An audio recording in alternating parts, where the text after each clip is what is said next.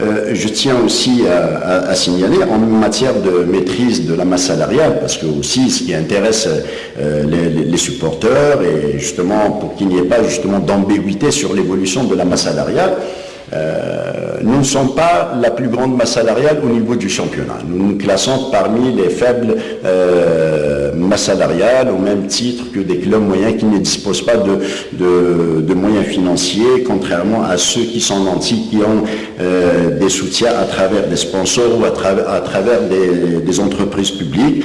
Je pense que nous sommes dans la moyenne.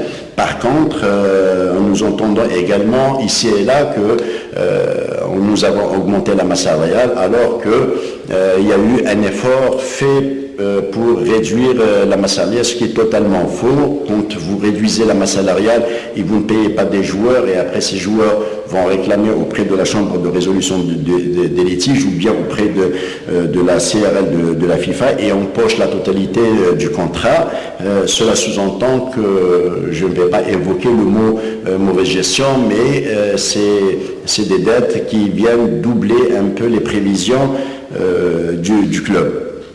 Donc, bien sûr aussi, les contentieux financiers aujourd'hui, s'ils viennent de bloquer un peu la machine de la JSK, comme je l'ai dit, au niveau du bilan, tout le monde peut le voir, de toute façon nous travaillons dans la transparence la plus totale.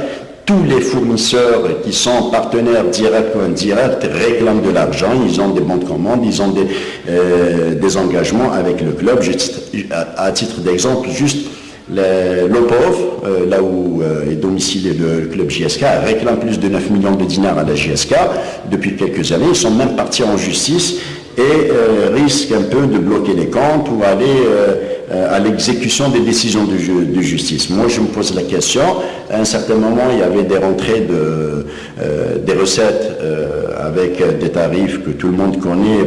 Je pense que le ticket à la JSK était parmi les plus chers, contrairement à d'autres clubs au moment où le ticket moyen au niveau national était de 300 dinars, à la JSK il était de 500 dinars, et le pauvre ne recevait pas sa quote-part sur les recettes. Ça aussi, ça fera l'objet justement d'un diagnostic. On se demande à quoi a servi les rentrées d'argent.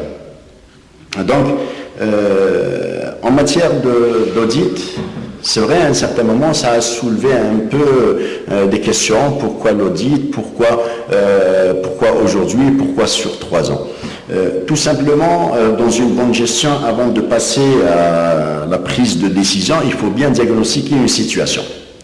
Je tiens juste à rappeler qu'en 2020, déjà, avant l'arrivée justement de cette direction, en juin 2020, la direction de la JSK à l'époque avait contracté une convention avec un bureau d'études qui s'appelle IANOR, justement pour l'audit de la JSK. Je me demande où est-ce qu'il en est les conclusions de cet audit, ou est-ce que cet audit, la convention a été signée mais non exécutée, ce qui serait dommage.